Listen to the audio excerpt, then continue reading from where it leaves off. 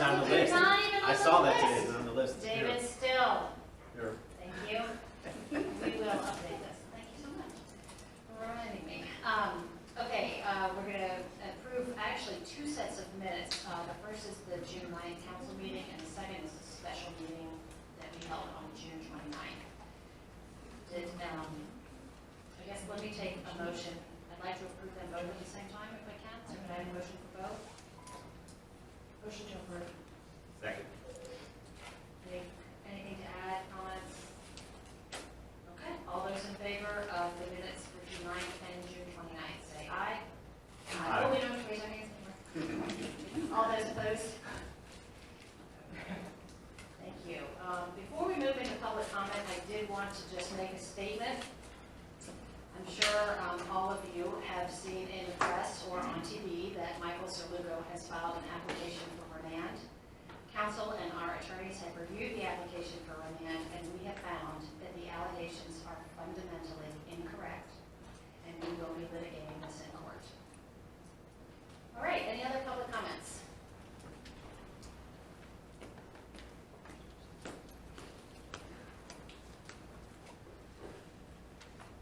Hello, everyone. Good to see you all again. Brett Miller, 848 Winwood Road. Thank you very much for those comments. My comments are related to that. Brett, can you check the microphone? Oh, I apologize. I'm not sure, but since we're recording, I just want to make sure. Have, where are we at? There. Okay, do that again. I mean, just turn it towards your, there you go. It's a green light's on, so you should be good. Okay. Otherwise, you can hold it, but I will work. Is that okay? Yeah. Okay. Brett Miller, 848 Winwood Road.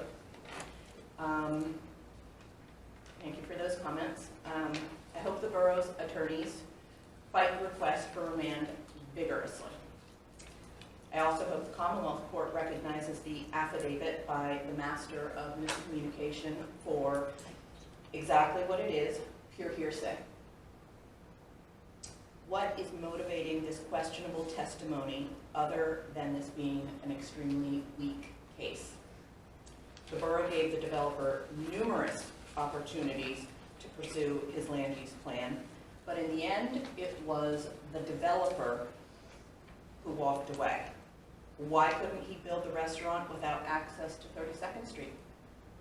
Why couldn't they have a single lane drive-through? Why did they even need a drive-through? I'll tell you why. Greed. At the expense of and detriment of the residents of Camp Hill, particularly those living in the vicinity of 32nd and Chestnut. Mr. Serlugo's comments today on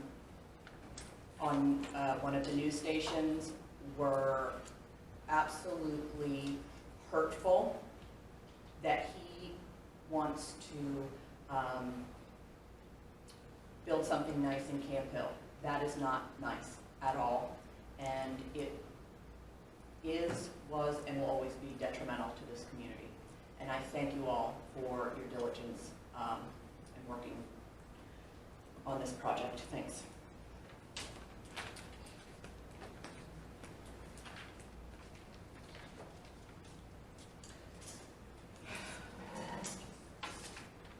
Good evening, Jennifer Hoover, 127 South 31st Street. First, thank you for doing a hybrid approach for the meeting. I appreciate it. I do hope, though, we continue to find ways to further make it easier for busy families, busy residents to participate. We see other municipalities live stream their meetings who are able to call in with comments. So I hope that we continue to find improvement in that process.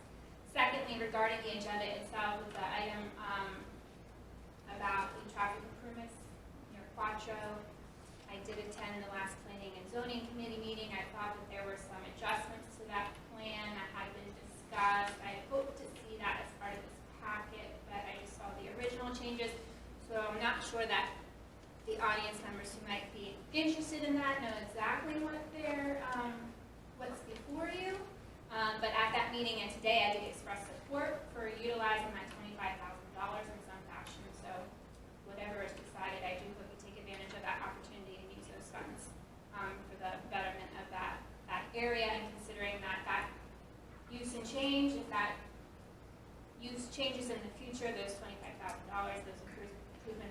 one and you'd be paying out of pocket, etc. Finally, regarding recent headlines, I was reminded that your actions, council's actions, no matter how big or how minor, have both short and long-term impact. I will save you my personal thoughts, but hopefully there's some easy and demonstrable and pragmatic way we can fix this, that we stop finding ourselves in this type of situation. So I do have a simple ask that hopefully will put us in a better position and avoid us from unfounded allegations such as those that were presented in the affidavit. So I would ask perhaps if the Personnel Committee could, again, look at the Operating Procedures Manual, and maybe if we can set some expectation for council to members, like school board members, newly elected have to participate in 5 hours of training. School board members have to, re-elected have to participate in 3 hours of training. So if that is not an expectation now, perhaps that could be incorporated into a manual, that they would attend those types of trainings and provide proof of compliance, so that we can, rebuild this trust with our community, I think. And that those topics could include things such as, the Sunshine Act and executive session, conflicts of interest and the Ethics Act, and policy and legal updates, for example. So finally, that, again, could be a way that we can assure our community that our council and our staff are well-trained, competent, and sensitive to the needs of our community. Thank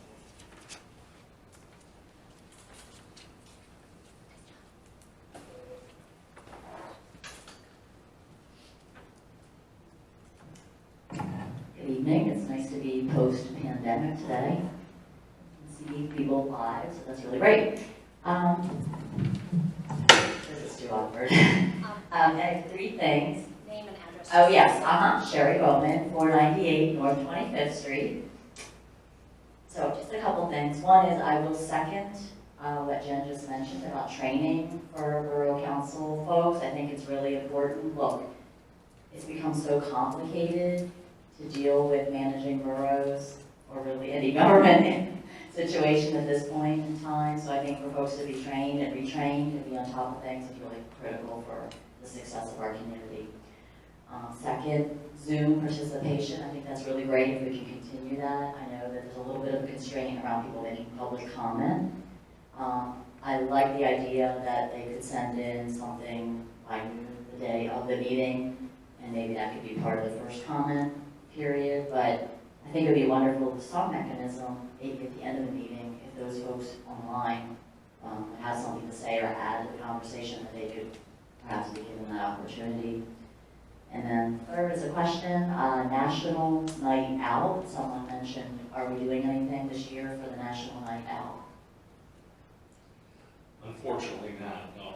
And I was just reminded about that. Although the decision was made a few months ago, we're going to re-advertise that it is not being held. That decision had to be made several months ago.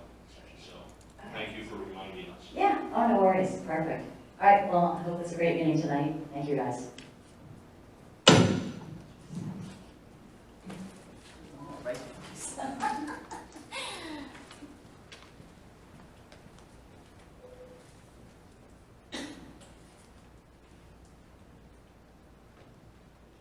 Hi, I'm Mercedes Evans, and I live at 3001 Beverly Road. I'm here today to encourage the council to go beyond the minimum requirement for publicizing the council meetings and materials. I understand that the Sunshine Act requires that you post the meeting materials on the borough website at least 24 hours in advance, but seldom are residents given more than that amount notice. There are usually over 50 pages of materials to review, and for today's meeting, there were over 150 pages to review, and most people have to work, and it doesn't give a long window for us to look over the materials. Also, residents are very active on Facebook, and the borough's website, the borough's Facebook page has over 1,800 likes. The meeting notices posted on there are very inconsistent. So, for example, today's meeting was only posted 6 hours ago, the agenda. I understand that the law does not require you to post notices on social media, but if a significant number of the borough residents are on there, why not, have them be informed?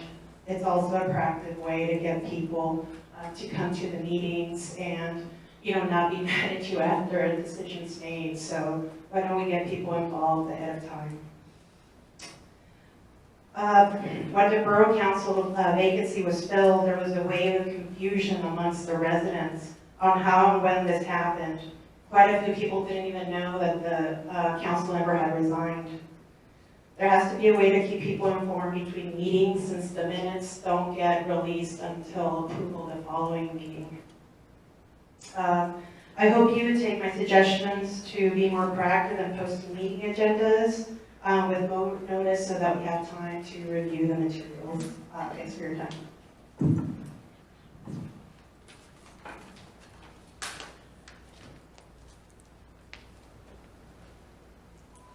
Anyone else? Is this the only time for public comment? We will have comments at the end too. But I'll comment now. Okay. Marlise Murray, 69 North 31st Street. And I'd just like to make a comment about the proposed speed humps for our neighborhood and say that I think it's probably a good idea to calm the traffic in the neighborhood.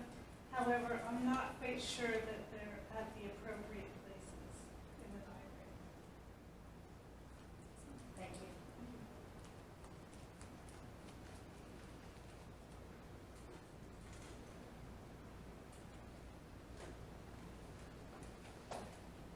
Hello, Noah Ryan. I actually live in Mount Holly Springs Borough. Good afternoon, council members. My name is Noah Ryan. On behalf of Citizens Saving Claremont, we ask for your official consideration of the Cumberland County Commissioner's plan to sell Claremont Nursing and Rehabilitation Center.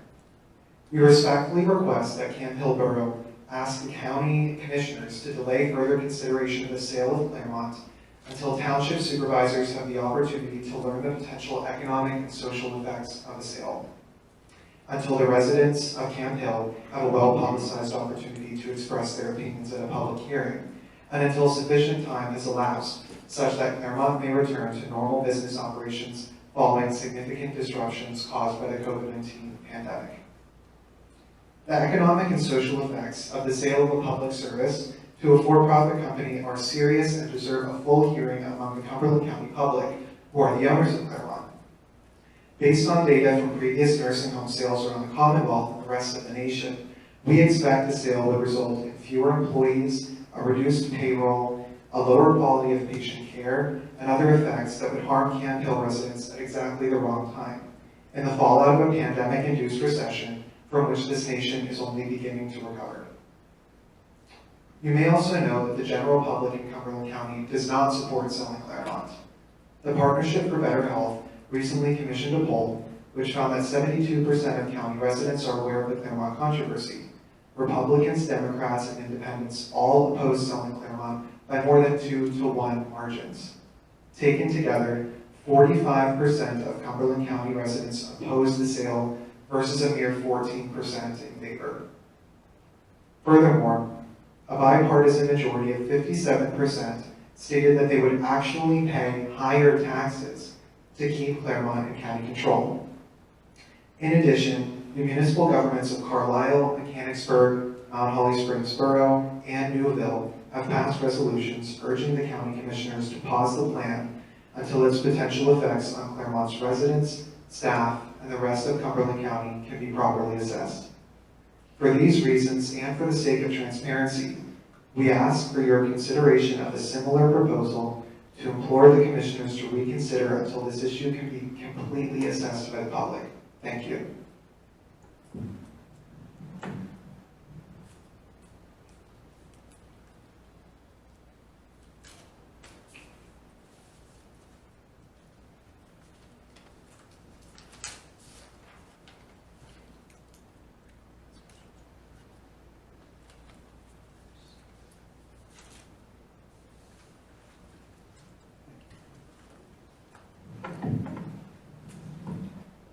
Good evening. My name is Rick Rubio. I live in South Middleton Township. I'm a member of the Citizens Saving Claremont Group. For those who don't know, for 12 years I was a commissioner of Cumberland County. I took great interest in Claremont. I've been out of office now a decade, and I have made it a self-imposed practice not to comment on county matters. I felt that it was a courteous thing to do to successor elected officials. So why am I here tonight and relieved of that obligation? One day in July of 2016, I got a knock on my business office door, and when I was asked to identify myself, whether I was Richard Lawton or they know, and I indicated I was Richard Lawton Rubino, a gentleman handed me a federal subpoena. The federal subpoena was compelling me to testify in a lawsuit against Cumberland County. The lawsuit was brought by Karen DeWitty. Karen DeWitty was for 7 years the administrator of Claremont, and I had hired Karen. She was fired in 2014.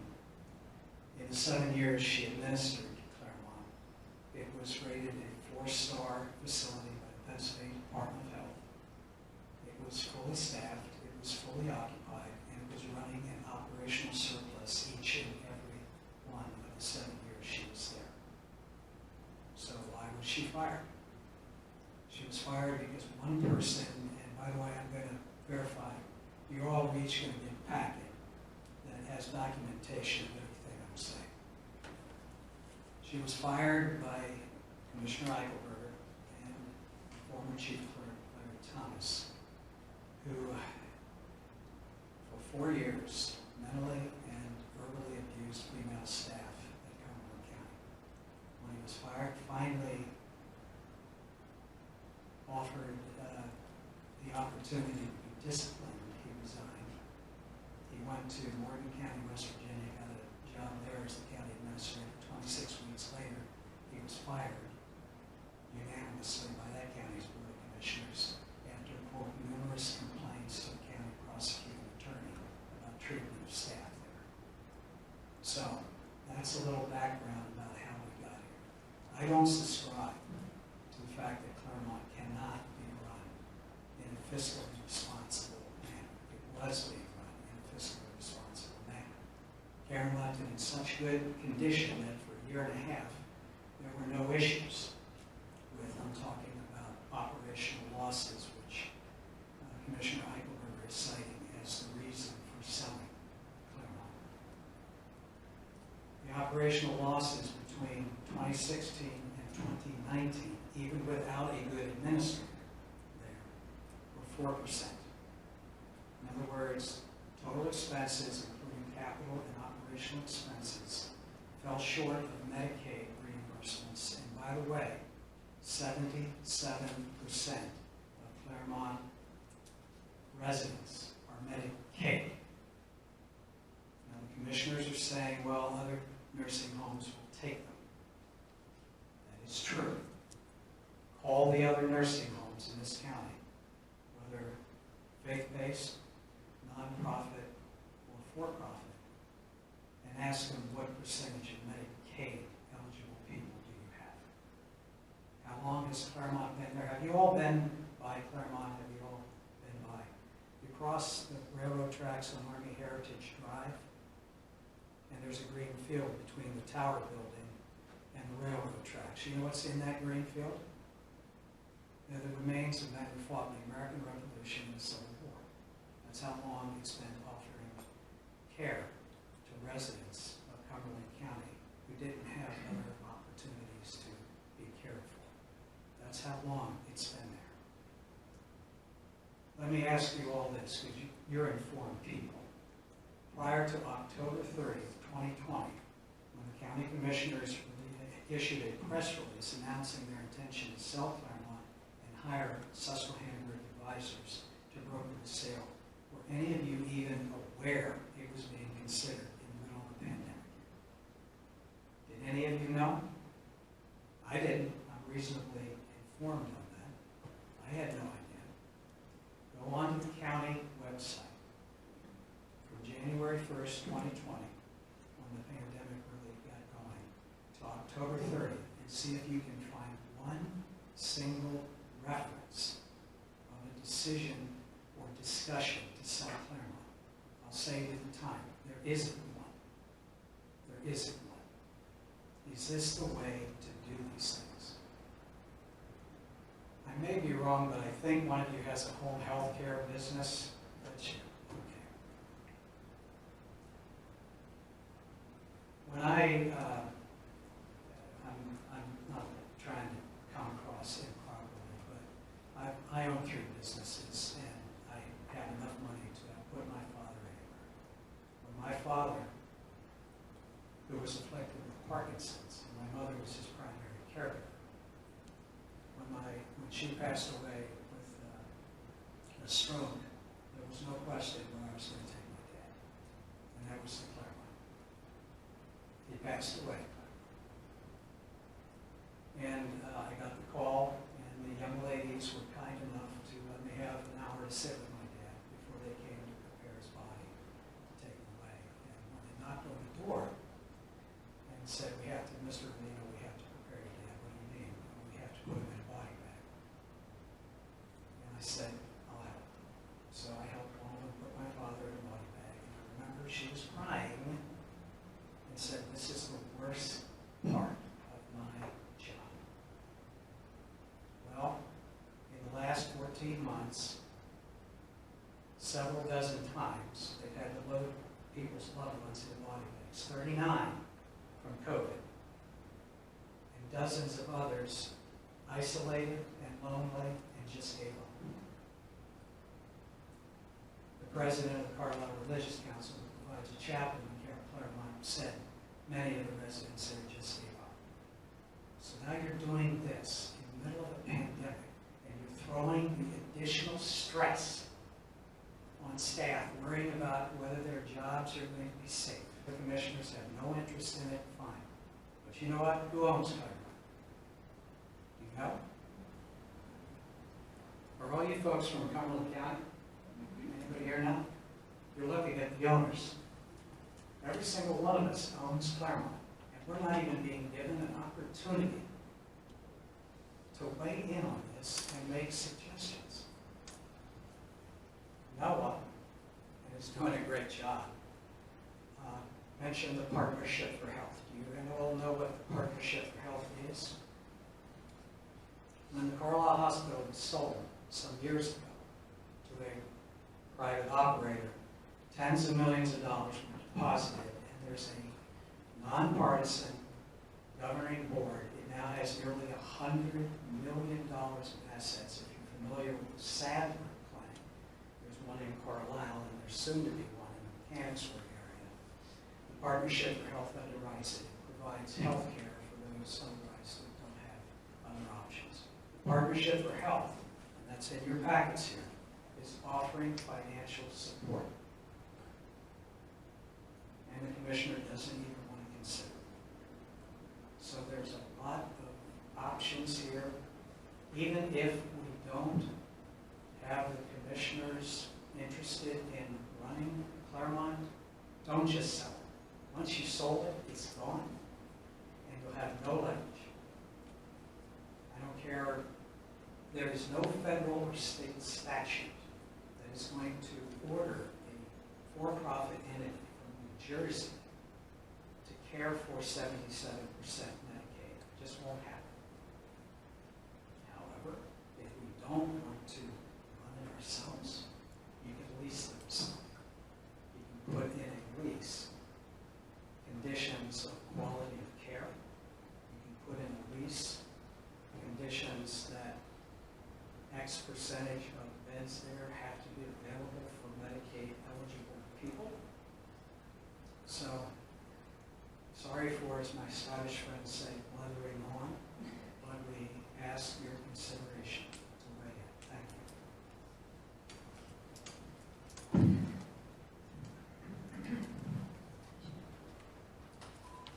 All right, if there are no other public comments, I did get one from an email from Liz Riley, who lives at 117 South 17th Street. She says, thank you for providing both options to attend meetings in person or via Zoom, but the provision that public comments must be made in person or submitted in writing by noon the day of the meeting disqualifies those zooming in to comment on things discussed at the meeting. I guess she's talking about the second set of public comments. Please consider revising this requirement so that any attendee can exercise their right to voice concerns, ask questions, or express support for things discussed at the meetings. Thank you for your understanding and for the work that you do for Campbell and all our residents. So, thank you all for being patient. This is our first go at live and Zoom. It's not going to be perfect, but it will continue to improve. One problem we do have is with microphones. If you're zooming in, we can't hear the questions, so we're toying with ways we can possibly do that. It's a work in progress, and we appreciate your patience. Okay, moving on. Public safety. Mr. Still. Thank you. In June, police department responded to a total of 700 calls. Fire department, in June, 28 calls, 71 man hours. The activities for the fire department include completed engine company training and completed hazard materials operations recertifications. That completes the report. Thanks, Vivian. Okay. Public Works Buddy Betts. Okay, should be pretty short and sweet. The Public Works monthly report is in the packet, and there is an engineer's report as well in the packet, but I don't see Mike here. So I'm just going to read it just so everybody's aware. This has to do with the sewer rehabilitation project.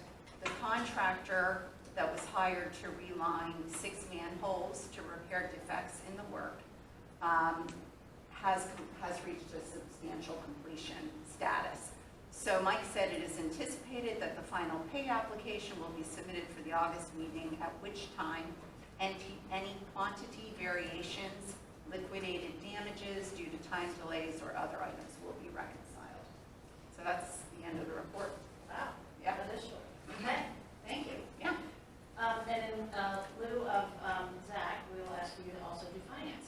Yes.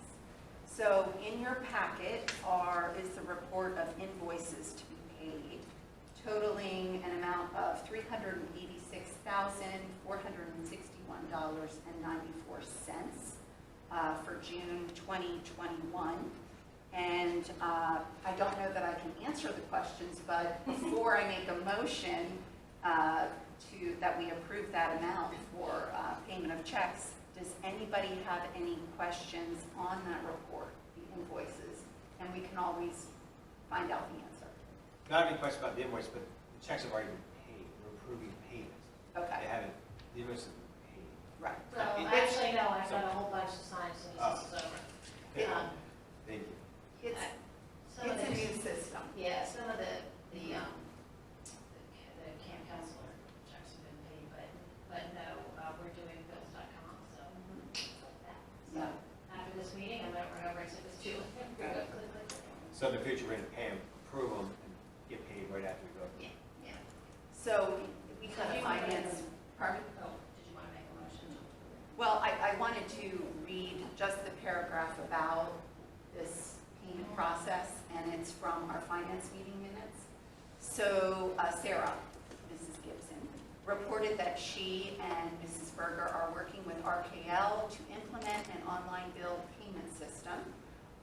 Department heads are processing their invoices in the same way as before, and Mrs. Berger scans the invoices to RKL to enter into a web-based program called Bill.com. Then Mrs. Gibson approves the bills in preparation for council approval. But in order to avoid late fees, Sarah said we are implementing an interim bill payment schedule to pay bills that are due prior to the council meeting. Check signers are alerted to go into Bill.com to approve the bills that are necessary. All these payments will be included on the disbursement list that appears before council at the regular meeting. This is a very efficient process and should dramatically reduce our check processing time and late fees. So that is the new process. So bills, like large bills for public works projects, et cetera, will not be paid prior to meeting. These are things like the strict due date, beyond which you're, beyond which you're, charged late fees and payroll. And our-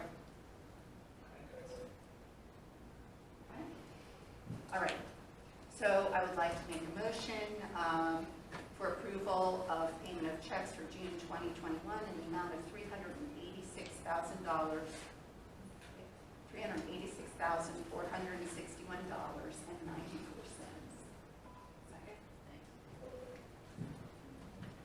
Any other questions? All right, all those in favor of payment of checks in the amount of $386,461.94, please say aye. Aye. All those opposed? All right, thank you. So next, I want to introduce Jennifer Kruver-Kibbe from Moore Dissel, who is going to give a brief overview of the 2020 audit. Thank you. Good evening, council members. Just to provide an overview synopsis of the 2020 audit results, I did go over all the reports that are included in the agenda packet with the finance committee at length. I was just going to give a very brief synopsis. The borough audit, the opinion on the financial statements is what's called an unmodified opinion under the cash basis of accounting. Is the best opinion you can receive in accordance with the modified cash basis of accounting, where we stated that the financial statements are presented fairly in all material respects in accordance with the modified cash basis of accounting. And this is a special purpose framework other than accounting principles generally accepted in the United States of America. So this wording included an opinion regarding that. The biggest change from 2019 to 2020 was 2020 was the first full year of the Stormwater Authority operations. And in accordance with the Government Accounting Standards Board, that is the authoritative guidance that the borough has to follow due to the amount of control and financial responsibility that the borough has over the Stormwater Authority. The Stormwater Authority is actually included in what's called a blended component unit in the borough's financial statements. All that means is if you look at the borough's financial statements, there's a separate column that shows a proprietary fund for the Stormwater Authority. Stormwater Authority also received a separate audit report, which that was approved by the authority board as well. So the biggest, that's the biggest change from prior to the current year. Just some financial statement highlights. The general fund in the financial statements, that includes the general fund, capital improvements, and your swimming pool fund. The back 2 pages of the financial statements will show the detail. It's only because the Government Accounting Standards Board requires that presentation due to how some of those funds are set up. But the combined general fund balance was about $3.6 million as of 12/31/20. 72% of that is what's called unassigned, so that's available for spending. And there was a large due from other funds included, about $1.1 million in the general fund. And this was what we called an other matter best practice recommendation, including management letter. Because the general fund pays bills on behalf of other funds, there wasn't timely payments going between the funds during the year. So that's why that large balance existed at the end of the year. And when comparing budget to actual, so there's a separate page in the financial statements, not including other financial source uses, the borough budgeted for a net loss of $1.4 million of the general fund, including your capital improvements, but the actual was less. The actual loss was 1.3. Page 5 of the financial statements shows the detail included in that. Another significant change was the sewer fund refunded the series 2012 and series 2015, the general obligation series 2020 debt issuance. There is separate footnote disclosure regarding all of your debt transactions, note 7 within the financial statements. As of 12/31/20, the borough's total outstanding general obligation bonds was $20,070,000. That's on in note 7. That's decreased from $870,000 due to that refunding, as well as your scheduled principal payments. We also issued a separate management letter that was discussed in length with the finance committee, and as part of our audit, we gained an understanding of the borough's internal controls, but it's not our responsibility to opine on the effectiveness of those internal controls. However, if we come across deficiencies that would arise to either another matter or a significant deficiency or material weakness, we're required to report that to management, and we did through a management letter. One of them was regarding segregation of duties due to COVID. the cash disbursements process, there wasn't enough segregation of duties, and from previous discussion just presented at this council meeting, that was recommended and changed by management during the year. And we also proposed a material adjustment that was corrected, was approved by management, and included in the financial statements. And we also provided some best practice recommendations, strengthening some cash receipts processes, as well as adopted a formal cybersecurity training program, because your borough employees are your number one defense against cyber attacks, and to do the periodic transfers between the funds to reimburse for payments. And there's also a communication to those charged with governance letter that was discussed in length with the finance committee as well, and that's included in your board packet as well. Questions while we got it? Yeah. Thank you very much for your time. Thank you. Appreciate it. I would like to make a motion that we accept. Thank you for remembering to do that.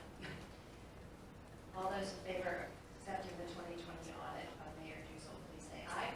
Aye. All those opposed? Great, very good. And just to let the public know, the audit brief summary, I think, will be placed in the newspaper, advertised. Okay. Okay, and then the last item I have, sorry, I turned it over. Here we go. The last item is to review the 2022 budget development timeline. So in your packet were several dates for special meetings for the capital improvement discussions. So we have August 18th, August 25th, October 20th, October 27th, and November 3rd, all scheduled as special borough meetings, either for discussion and development of the capital improvement plan, and then as council budget meetings later toward the winter. So I don't know if I need to ask for approval of those or not. Why don't you, since we're Okay. all here? All right, so I'd like to make a motion to approve the 2022 budget development timeline, specifically regarding special budget meetings for advertisement. Second. All those in favor? Aye. Opposed? Okay, thank you. Anything else for finance? That's it. All right, Mr. Schultz. Thank you.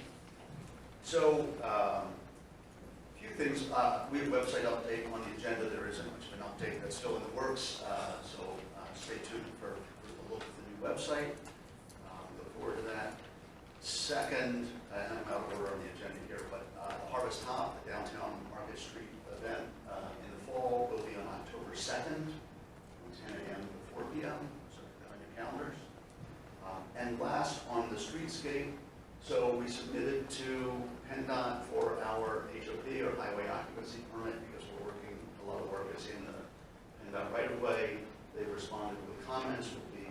That's normal, and we'll be answering those comments. The other thing that I wanted to mention is we've talked about, as we've talked about this project, how we deal with sidewalk and curb replacement that's required, that's needed along Market Street, not the entire length, but those properties where it's in disrepair. And we had talked in the past about possibly doing some kind of cost sharing, because this was a borough project and so on and so forth.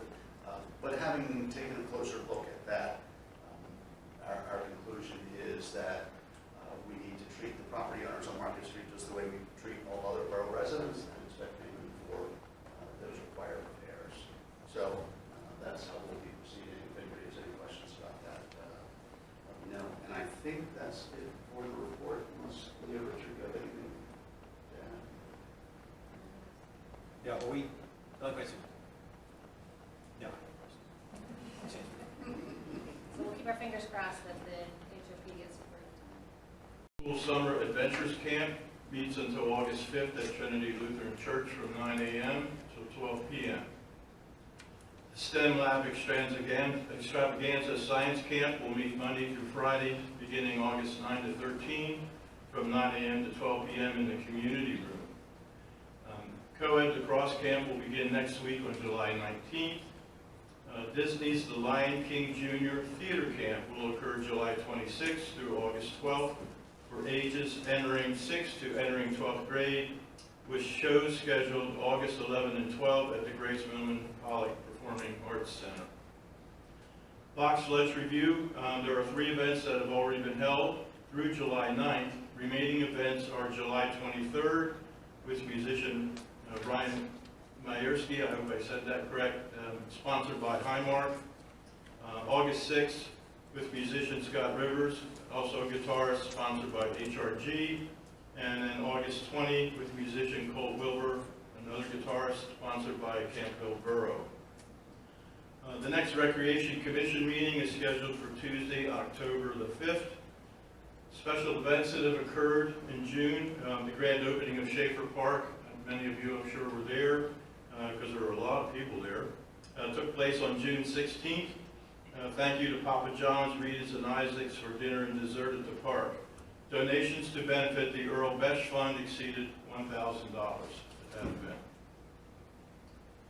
Facility updates. Rentals have resumed for buildings and facilities.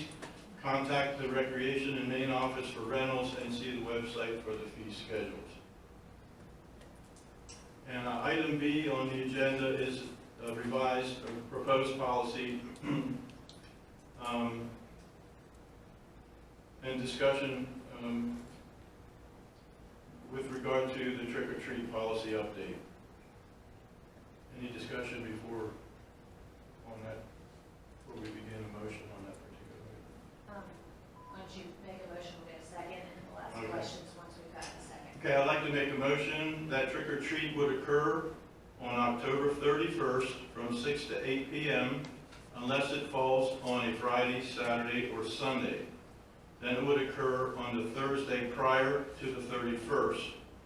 If inclement weather causes a cancellation of the regularly scheduled event, the decision will be made by noon on the day of the event and posted on the website and social media.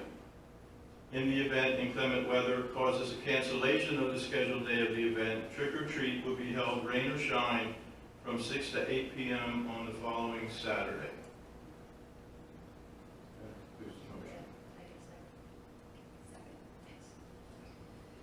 Okay, sorry, read that again. Yeah, I was gonna say, that's not what's on my agenda. I know.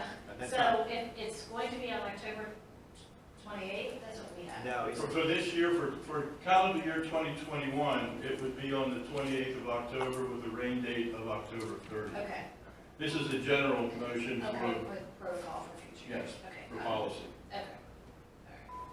Yeah, and for this year, just to clarify, for this year, it would fall on the 28th because the 31st is a Sunday, so it falls the Thursday prior, with the rain date being the Saturday following, rain or shine, if it rains on Saturday. You get it? For your radio. Okay. Does this allow us to synchronize to the extent we can with surrounding communities? I mean, that's always the issue, it seems to be, when we rain and so forth. That's, I think it does, Audrey had, not many places have policies that say, but this is A what lot they of them actually go by do. what you guys said in, I forget what year it was, 16 maybe? May 11th, 2016. I think that was a council meeting where you guys decided to have this be our policy of the 31st unless it falls on Friday, Saturday, or Sunday, then it goes back to the Thursday prior. And that's what other communities around here also do. But when I reached out to them after Zach asked about a rain date, having a set rain date, I only heard from a couple. Some of them say that we make that decision yearly. Others said that this is the policy that they have, and it is the following Saturday. And in talking to Chief thought that going from 6 to 8, keeping the time the same no matter what day it is, makes sense. And everybody knows it's 6 to 8, either on trick-or-treat night or it's going to be that Saturday following. Okay.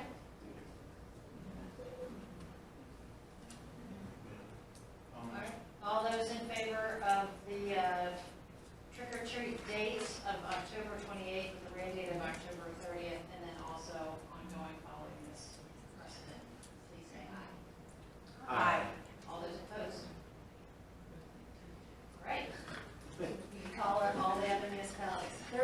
We asked them, I know. Okay, planning and zoning, Mr. Garrett. Thank you, Mr. Pfeiffer. The monthly package in your report of note was another banner month with $1.3 million worth of permits for additions to homes and so forth for new construction to keep the borough going forward. Item B is ordinances. The first ordinance is to consider advertisement of nuisance noise ordinance. The committee's worked very hard on this. We've had a lot of comments. The draft is not 100% reflect what the committee wanted, so it's our opinion to table a discussion of noise ordinance, take it back to committee, and have any comments sent to Sarah Gibson, and she'll forward to the committee, and we'll walk through it. Would you like to just table fire prevention as well, so we're consistent?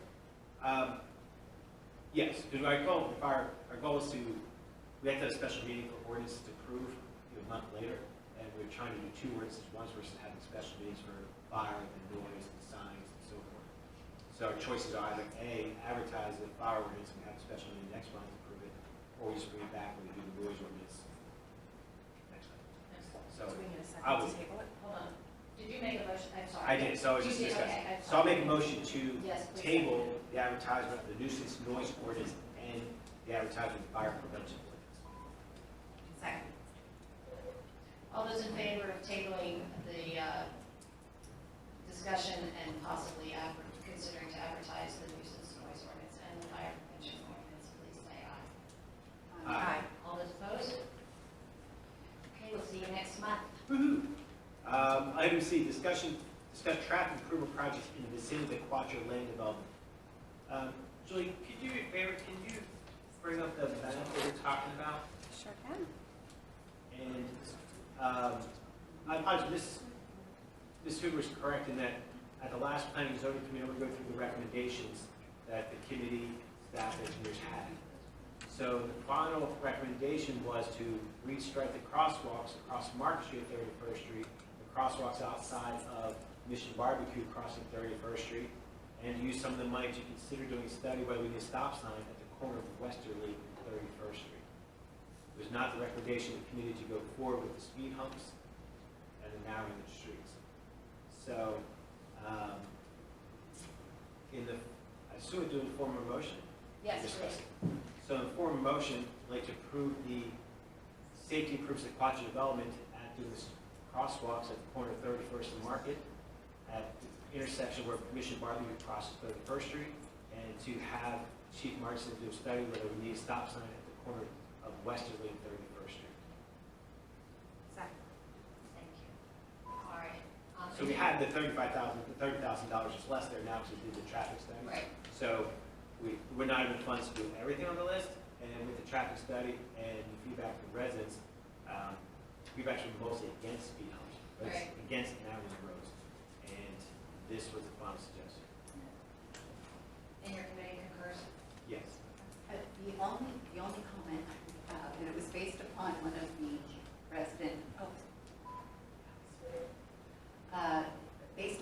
the resident comments, which I kind of agree with, is that I think it would be good if the stop sign where that star, see where the star is on the map coming out of there? I still like the idea of a no left-hand turn sign there coming out of that development. And a resident had recommended that. I had also thought that myself. I know that some people will still take a left, but people that are not familiar with the area might not then take a left because they see the sign. So I think there's value in it, that's all. And we did talk about this extensively in committee, but just for the public, the vast majority of the residents did not want a no left turn there because that would prevent them from easily turning out of that and getting to their homes. Most said that they didn't see a huge problem with traffic and felt like the no left turn and the speed humps would decrease their quality of life and were needed in response to the traffic that they were seeing. So that's why the crosswalk striping and the stop sign were the crosswalk stripings and the stop sign were where kind of we landed, not unanimously. So I understand that the proposed measures plus the study that was done before don't add up to the amount that has been set aside. I need some of So, the answer to your question is, yes, I don't know, approximately striping for crosswalks is $6,000, $5,000 to $6,000. So we're talking a minimum of $12,000 there. We spent $5,000 as traffic studies, so there's 17. There might be some left. There's discussion to go back whether the developer would be kind enough to work on more improvements on their site with that money. So we'd like to get into discussion with them to use that money somewhere if they're amenable to it. And the stop sign study would cost money, as would the actual putting the stop sign in.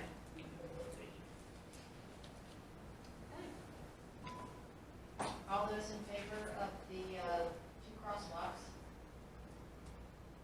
and the study, traffic study regarding the stop sign, please say aye. Aye. All those opposed? Item D on my agenda, I'm sorry. It's actually, we're going to. That's what I was going to say, pass on to person. I'm sorry.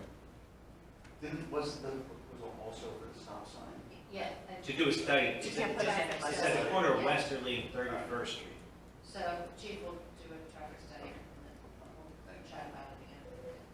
Just to be consistent, we're going to move the appointment of the Climate Action Plan Committee members to personnel, which usually handles these things. So before we leave planning and zoning, you good? That's Okay. okay. All right, Alyssa.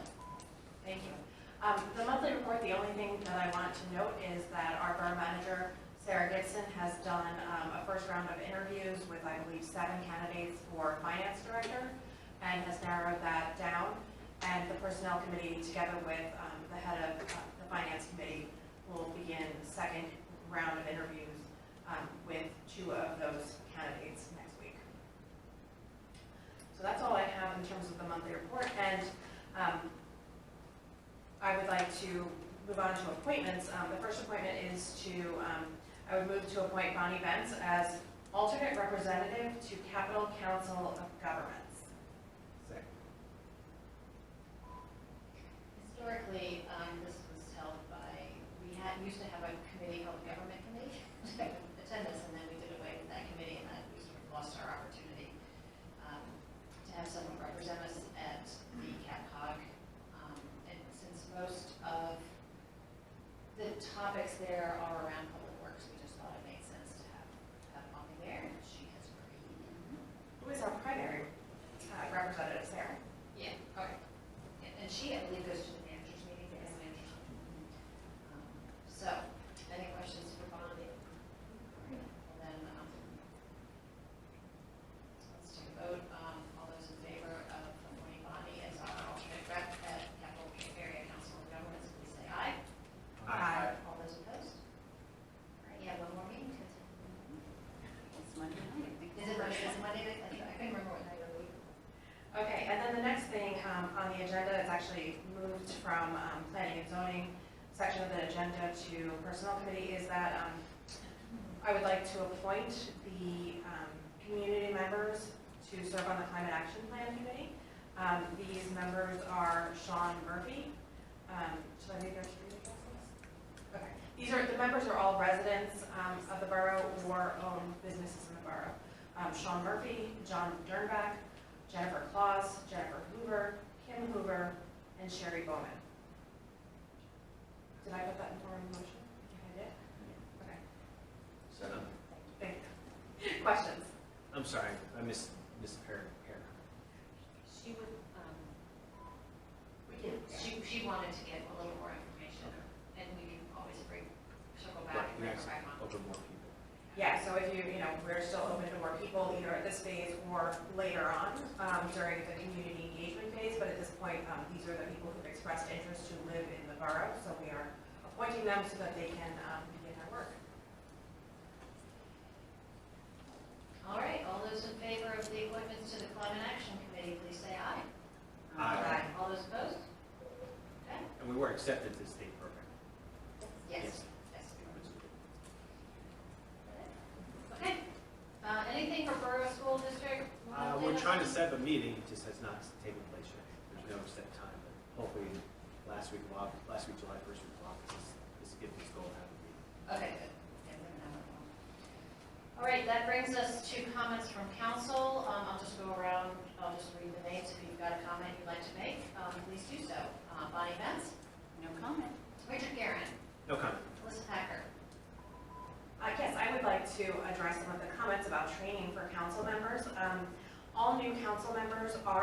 selected to attend the Pennsylvania State Association of Boroughs Boot Camp. It's a 3-day training, and I know Bonnie, myself, and Aaron Roman attended that this year. It was in Gettysburg.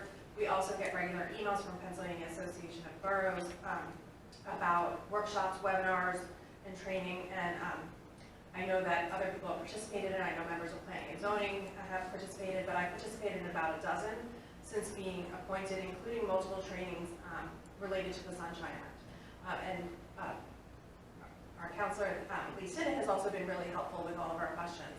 I assure you that we are all eager to be compliant with the Sunshine Act and work very hard to make sure we know exactly what it entails and that we are not violating Sunshine Act. Carl Schultz. I'm going to channel our former colleague Aaron Roman here and thank everybody commented and for paying attention to what's going on and giving us your input. That's very valuable. Thank you. David Still. I would like to recognize and thank Erin Broman for her service on council and her advocacy of parks and recreation activities. And I'd just like to echo Alyssa's comments. A lot of us do attend the webinars, and they've been helpful. I attended several on becoming president, so we're pretty up to date on that. All right, so that brings us to our second time for public comment. Any comments? And I will remind you, comments are typically 3 minutes or less. Would fall asleep. All right, Sherry Bowman, 498 North 25th Street. Just want to comment on the Quattro traffic concerns. It would be really great. I know there's like, somewhat sleepy, I guess there's a banner store in there, sleepy businesses that aren't super busy. Like, what's the busiest business that could go in there? I mean, I think we should do like a little math against that to make sure that if something super, super busy went in there, that more so than what's in there today, that we consider that in what we do with whatever road recommendations. I think that would just be smart if I wanted to try to think ahead a little bit. I believe it's done the first traffic study and the second traffic study. I think the engineer took that into account. Definitely did when the development came up, because those leases weren't signed. Okay. So, Okay, perfect. I just thinking ahead. Thanks.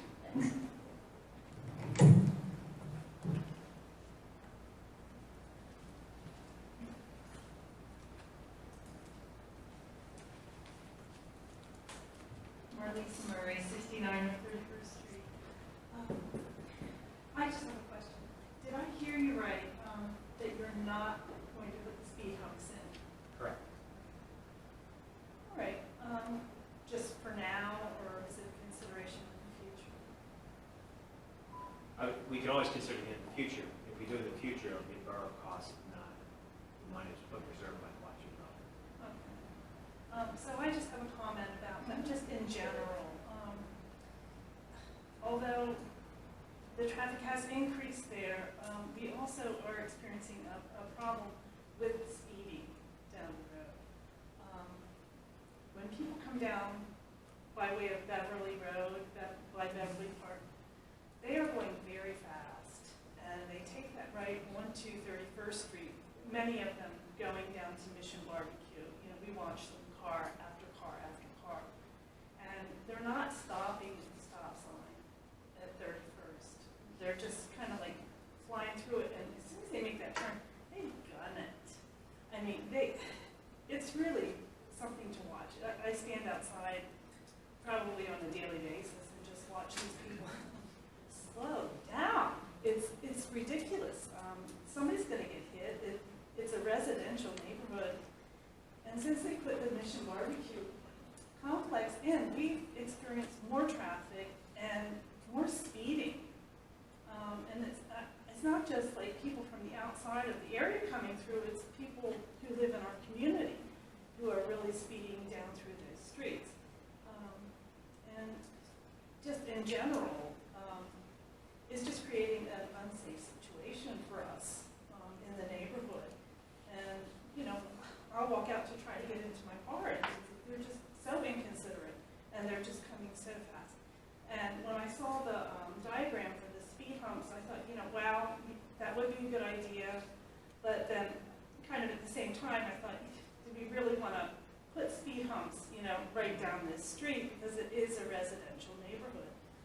And I had some other suggestions for the neighborhood, some of them just being, cut it off, right in front of the old library building, just cut it off. Let us have our neighborhood, and let Mission Barbecue have their entrance from Market Street. Why should we be the throughway for the Mission Barbecue complex? It's a residential neighborhood. So those are just some of my comments, and I was hoping to have some input on what was going to be done. So right now, from what I heard, I guess you're just going to consider a stop sign and do crosswalks? Is that what I'm hearing? At this point, yes. When you say cut it off, you mean like do not enter, do not enter sign? Like a barrier across the street, Right. And so in front of that old library building, just, why not? Let's see what you find out with your traffic study, Chief. See what you think. They just won't stop speeding. And, I guess the police department could probably come down there and watch them and give tickets, but when they're not there, they just keep doing it. And I don't know if speed humps are the answer. I don't really know what the answer is, but we've got a problem. Thank you. Thank you.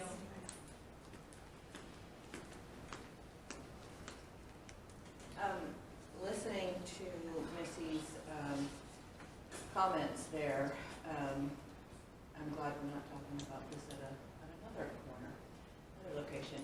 But instead of a mountable curb, why don't we put a permanent curb there? As far as the speeding, the last Zoom meeting I think I attended was May. I had asked for 15 miles per hour at the little park behind my house on Fairview, kind of like between mine and Zach's. Why don't we just go for 15-mile-per-hour signs at all of the little parks? That's Beverly Park. If that has been designated in the new rezoning, if it's been, designated a municipal park, let's go for 15-mile-per-hour signs. Maybe they're not going to go 15, but maybe they're not going to go 40.